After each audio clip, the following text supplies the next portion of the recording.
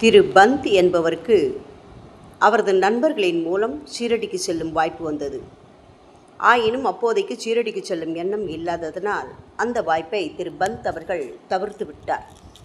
ஆனால் நாம் ஒன்று நினைக்க தெய்வம் வேறொன்றை அல்லவா நினைக்கும். சில நாட்கள் கழித்து அவர் தனது சத்குருவிடம் சென்றபோது தன்னையும் அறியாமல் தான் ஷீரடிக்கு சென்று சாய்பாபாவை தரிசிக்கலாமா என்று அனுமதி கேட்டார். சத்குருவும் உடனடியாக சென்று வா என்று அனுமதி கொடுத்தார். உடனே செலவுக்கு பணம் தயார் செய்து கொண்டு தனது நண்பர்களின் குழுவோடு ஷீரடி பயணத்தில் தன்னையும் இணைத்து கொண்டார். மறுநாள் அனைவரும் ஷீரடியை அடைந்து காலை 11 மணிக்கு பாபாவை தரிசிப்பதற்காக மசூதிக்கு சென்றனர். அங்கு நூற்றுக்கணக்கான பக்தர்கள் குழுமி இருப்பதைக் கண்டு ஆச்சரியத்துடன் அங்கு நிகழ்ந்து கொண்டிருந்த இசை நிகழ்ச்சிகளை ரசித்துக் கொண்டிருந்தார். அப்போது திரு பந்த் அவர்கள் திடீரென்று வலிப்பு வந்து மயங்கி பாபாவின் முன்பே கீழே விழுந்து விட்டார். இதை கண்டு அவரது நண்பர்கள் பெரிதும் பீதி அடைந்தனர். அவரை மீண்டும் சுய நினைவுக்கு கொண்டு வர அவர்கள் கடும் முயற்சி செய்தனர். பாபாவின் அருளாலும் அவரது தலைமீது தெளிக்கப்பட்ட நீராலும் அவர் மயக்கம் தெளிந்து எழுந்து உட்கார்ந்தார். உடனே அவரை நோக்கி, பாபா, வருவது வரட்டும், விட்டுவிடாதே. உனது குருவையே உறுதியாக பற்றி கொண்டு எப்பொழுதும் நிதானத்துடன் அவருடனே ஒன்றி இரு என்று கூறினார்.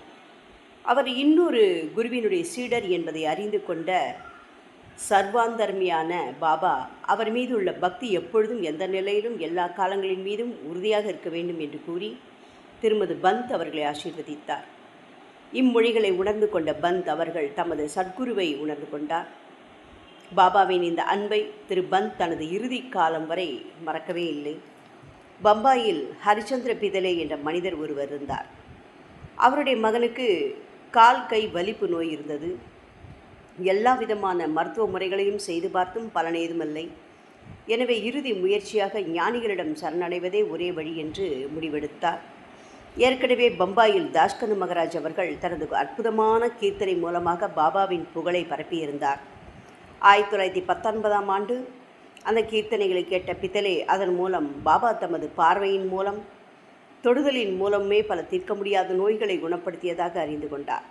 எனவே ஷீரடி சென்று பாபாவை காண வேண்டும் என்று முடிவெடுத்தார். ஒரு நல்ல நாளில் பாபாவிற்கு சமர்ப்பிக்க வெகுமதிகளையும் பழக்கூடைகளையும் தயார் செய்து கொண்டு தனது குடும்பத்துடன் பாபாவை தரிசிக்க ஷீரடிக்கு வந்தார். நேரே மசூதிக்கு சென்று பாபாவின் முன் தனது நோயாளி மகனை அவரது பாதங்களில் கிடத்தி குடும்பத்துடன் பாபாவின் பாதங்களில் வீழ்ந்து வணங்கினர். பாபா குழந்தையை ஏறிட்டு பார்த்த மாத்திரத்தில் அவன் கண்களை சுழற்றி கொண்டு உணர்வற்று பொத்தென்று கீழே விழுந்து கால் கைகளை இழுத்து கொண்டான். உடனே அவனது வாய் நுரையை தள்ளி உடம்பு முழுவதும் வியர்த்து கொட்டியது.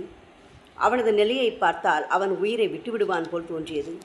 இதை கண்ட தந்தை பித்தலே பயந்து நடுங்கி உணர்ச்சி வயப்பட்டார். அவனது தாயோ ஒருபடி மேலே போய் யமனுக்கு பயந்து கோவிலுக்கு வந்தால் கடவுளே என் மகனை கொன்றால் நான் என்ன செய்வேன் என்று அலறத் தொடங்கினாள். உடனே பாபா அவளை நோக்கி, ஏய் பெண்ணே, இம்மாதிரி கத்தி தொலையாதே, கொஞ்சம் அமைதியாக இரு.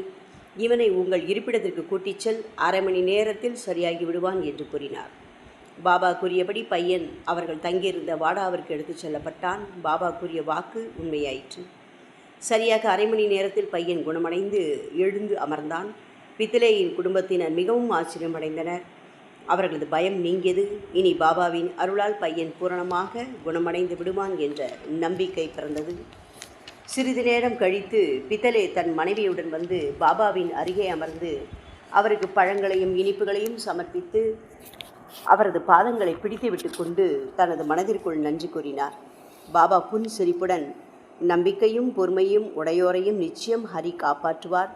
உனது சந்தேகங்கள் அனைத்தும் தீர்ந்ததல்லவா என கேட்டார். பித்தலே வசதியானவர். அவர் தனது குடும்பத்துடன் சில மாதங்கள் ஷீரடியிலேயே தங்கியிருந்து தினந்தோறும் பாபாவின் தரிசனத்தை பெற்றார். அவர் பாபாவின் பக்தர்களுக்கெல்லாம் பெரும் செலவு செய்து அன்னதானம் வழங்கினார். இந்த நிகழ்ச்சிக்கு பின் பித்தலேயின் மனைவி பாபாவின் மேல் மிகுந்த நம்பிக்கையும் மரியாதையும் காட்டினாள்.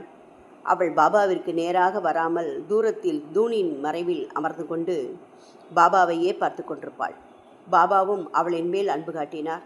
தம்மிடம் முழுமையாக சரணடைவோர்களின் வாழ்க்கையை ஞானிகளும் கடவுள்களும் ஏற்றுக்கொள்கின்றார்கள் என்பது உண்மையல்லவா? பாபாவின் சன்னிதானத்தில் பல இன்பமான நாட்களை கழித்த பின்பு அந்த குடும்பத்தினர் ஊருக்கு செல்ல அனுமதி கேட்டு பாபாவிடம் வந்தனர். பாபா அவர்களுக்கு மகிழ்ச்சியோடு கை நிறைய உதியை அள்ளித்தந்து ஆசீர்வதித்தார். பின்பு பித்தளையை அருகே வர வைத்து, பாபு, நான் உனக்கு முன்பே 2 ரூபாய் கொடுத்திருக்கேன், இப்பொழுது 3 ரூபாய் தருகிறேன், உனது பூஜை அறையில் வைத்துக்கொள், நீ மிகுந்த நன்மை அடைவாய் என்று கூறினார். அவைகளை பிரசாதமாக பெற்றுக்கொண்ட பித்தளையின் குடும்பத்தினர் அவரிடம் ஆசி வாங்கி கொண்டு புறப்பட்டனர். பித்தளை தமது மனதிற்குள்ளாக, நான் ஷீரடி வருவது இதுவே முதல் தடவை, பிறகு எப்படி நீங்கள் எனக்கு முன்பே 2 ரூபாய் தந்திருக்க முடியும் என்று மனதிற்குள் வினவினார். ஆனால் பாபாய் அதற்கு ஏதும் பதிலளிக்காமல் மௌனமாக இருந்துவிட்டார். எனவே பித்தளை குடும்பத்துடன் பம்பாய்க்கு திரும்பினார். பம்பாய்க்கு திரும்பியவுடன் முதல் வேலையாக தனது வயதான தாயிடம் சென்று ஷீரடியில் நடந்தவற்றையெல்லாம் கூறினார். மேலும் பாபா தனக்கு முன்பே 2 ரூபாய் கொடுத்திருப்பதாக கூறியதையும் வியந்து போய் கூறினார். உடனே அவரின் தாய், எனக்கு ஒரு சம்பவம் நினைவிற்கு வருகின்றது. நீ இப்போது உனது மகனை அழைத்து கொண்டு ஷீரடிக்கு பாபாவை பார்க்க சென்றதைப் போல உன்னை உனது தந்தை அக்கல்கோட் மகராஜை சந்திக்க கூட்டிச் சென்றார்.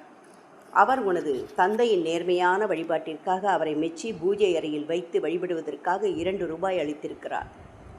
உனது தந்தை அந்த நாணயங்களை தான் இறக்கும் வரை முறைப்படி வழிபட்டு வந்தார். ஆனால் அவருக்கு பின் வழிபாடு இல்லாததால் அந்த ரூபாய்கள் காணாமல் போய்விட்டன. நீ அதிர்ஷ்டசாலி. அக்கல்கோட் மகராஜ் சாய்பாபா ரூபத்தில் உனது கடமை, வழிபாடு ஆகியவற்றை நினைவுபடுத்தியிருக்கிறார் என்று கூறினார். இனிமேலாவது ஞானிகளின் வாக்கை ஒருபோதும் மறவாதே. கெட்ட எண்ணங்களையும் செய்கைகளையும் உதறிவிட்டு முன்னோர்களையும் ஞானிகளையும் வழிபட்டு உனது பக்தியை வளர்த்துக்கொள் என்றாள். தாயாரின் இம்மொழிகளை கேட்டு பித்தளை மிகவும் ஆச்சரியப்பட்டார். பாபாவின் எங்கும் நிறைந்த தன்மையினை உணர்ந்து கொண்டு பாபாவை வணங்க வேண்டிய அவசியத்தையும் அறிந்து கொண்டு பாபாவின் மேல் மிகுந்த மரியாதையும் பக்தியும் செலுத்தினார். பூனாவைச் சேர்ந்த கோபால் நாராயண் ஆம்டேக்கர் என்ற பாபாவின் பக்தர் பல ஆண்டுகள் தனியார் நிறுவனத்தில் வேலை செய்து ஓய்வு பெற்றார். பின்பு வேறு வேலை பெறுவதற்காக முயற்சித்தார். ஆனால் வேலை ஒன்றும் கிடைக்கவில்லை. எனவே பல துன்பங்களால் அவர் துவண்டு போனார். இந்த நிலையில் தொடர்ச்சியாக 7 ஆண்டுகள் ஷீரடிக்கும் சென்று தனது கவலைகளை பாபாவிடம் சமர்ப்பித்தும் வந்தார். இருந்தும் ஏதும் மாறவில்லை. 1916ஆவது வருடம் அவரது நிலைமை மிகவும் மோசமானதால் அவர் ஷீரடிக்கு சென்று அங்கேயே தற்கொலை செய்து கொள்ளலாம் என்ற எண்ணத்துடன் தன் மனைவியுடன் ஷீரடிக்கு வந்து 2 மாதங்கள் தங்கியிருந்தார். ஒரு நாள் தீட்சத் வாடாவின் அருகில் உள்ள கிணற்றில் குதித்து தற்கொலை செய்து கொள்ளலாம் என்று எண்ணி கிணற்றில் அருகில் நின்றிருந்த மாட்டு வண்டியில் அமர்ந்திருந்தார். அந்த சமயத்தில் அவர் அருகே ஷீரடியில் உணவகம் நடத்தி வந்த சாயின் அடியவரான சகுன்மேரு நாயக் என்பவர் ஆம்டேக்கரின் அருகே வந்து தனது கைகளில் இருந்த ஒரு புத்தகத்தை காட்டி, அக்கல்கோட் மகராஜின் சரிதத்தை நீங்கள் படித்திருக்கின்றீர்களா என்று கேட்டார். உடனே ஆம்டேக்கரும் அந்த புத்தகத்தை வாங்கி இல்லை என்றவாறே யதார்த்தமாக புத்தகத்தை திறந்து வந்த பக்கத்தை படிக்க ஆரம்பித்தார். அதில் அக்கல்கோட் மகராஜ் அவர்களின் அடியவர் ஒருவர் தீராத வியாதியால் மிகவும் சிரமப்பட்டு கொண்டிருந்தார். அந்த வேதனை தாங்க முடியாமல் போகவே மனமுடைந்து தற்கொலை செய்து கொள்ளலாம் என்று அருகில் இருந்த கிணற்றில் குதித்து விட்டார். உடனே அக்கல்கோட் மகராஜ் அங்கு வந்து அவரது கையாலேயே அவனை காப்பாற்றி, நல்லதோ கெட்டதோ உன் முந்தைய பிறவிகளின் கர்ம பலனை நீ அனுபவித்துத்தான் ஆக வேண்டும். அந்த அனுபவத்தை நீ பூரணமாக அனுபவிக்காமல் விடாமல் உன் ஆயுளை முடித்து கொள்வதற்கு தற்கொலை உனக்கு உதவி செய்யாது.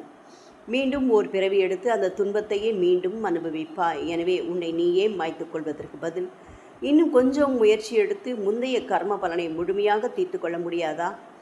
இந்த பொருத்தமான கதையை படித்துவிட்டு ஆம்டேக்கர் மிகவும் ஆச்சரியப்பட்டார், உள்ளம் முருகினார். பாபா அனுகிரகத்தின் மூலம் அப்பொழுது இந்த கதையை அவர் படித்திருக்காவிட்டால் அவர் உயிருடன் இருந்திருக்க மாட்டார். பாபாவின் எங்கும் நிறைந்த தன்மையினை உணர்ந்து அவரது கருணை உள்ளத்தை அறிந்து கொண்டு அவர் பாபாவின் தீவிர பக்தராகிவிட்டார். அவரின் எதிர்காலம் சிறப்புறத் தொடங்கியது. பின்னர் அவர் ஜோதிடம் கற்று அதில் திறமை பெற்று தமது செல்வத்தை பெருக்கிக் கொண்டார். பிற்காலத்தில் அவர் செல்வ செழிப்பாகவும் வசதியாகவும் வாழ்ந்தார். ஓம் சாய்ராம்.